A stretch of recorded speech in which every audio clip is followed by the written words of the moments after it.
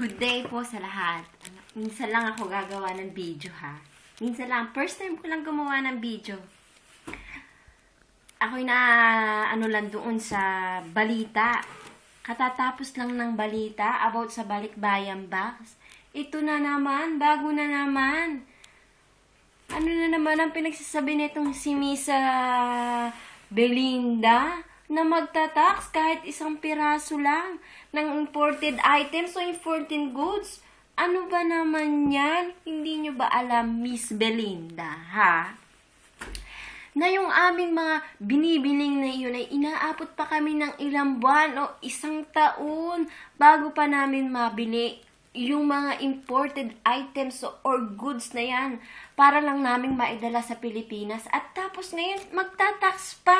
Alam mo ba? Nagkukudkod ng ng kubeta para lang kami ay kumita at makabili kami ng mga items na pampasalubong o yan ay pampersonal pa namin. Tapos ngayon magtatax pa kami. Ano ba namang klase? Kaya tuloy tinatawag ang Pilipinas na kurap nang dahil sa inyong walang kaligtas-ligtas. Ano ba naman yan? Mahiya naman kayo sa balat naman ninyo. Diyos ko. Ano ba ang tawag nyo nga sa amin na mga OFW? Binansagan nyo nga kaming mga bayani? Bayani? Diyos ko, hindi naman bayani ang ginagawa nyo sa amin.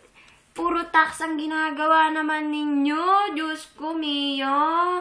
Naku naman, Pinoy. Yung mga niloklok mo naman na iyan. Sarap namang iloblob naman din sa inidoro. Kung saan ako saan ako naglilinis ngayon. Tingnan nyo. Buwan ko pa yung kikitain. Bago ko makamit ang aking minimithing mga gamit na important.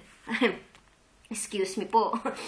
Ay, nako, Madonna. Isip-isip mo na bago gumawa ng mga salisalita naman. Isip-isip muna tayo, ha? Bago, ipasatupad yung mga tax-tax na iyan. Pag-isipan nyo munang mabuti. Wala kayong ibang makurap kung hindi kami mga OFW. Ha? Sobra na. Sobra na kayo, ha? Diyos ko, anong gusto nyo bitbitin namin? Sako? Pag-uwi namin ng Pilipinas?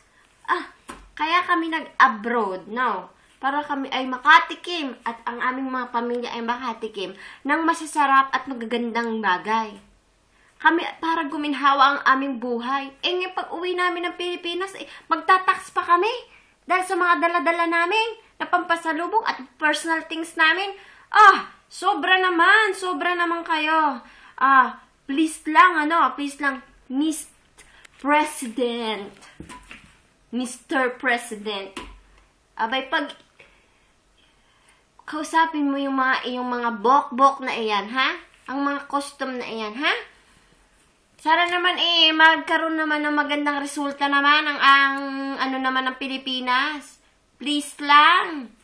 Salamat po.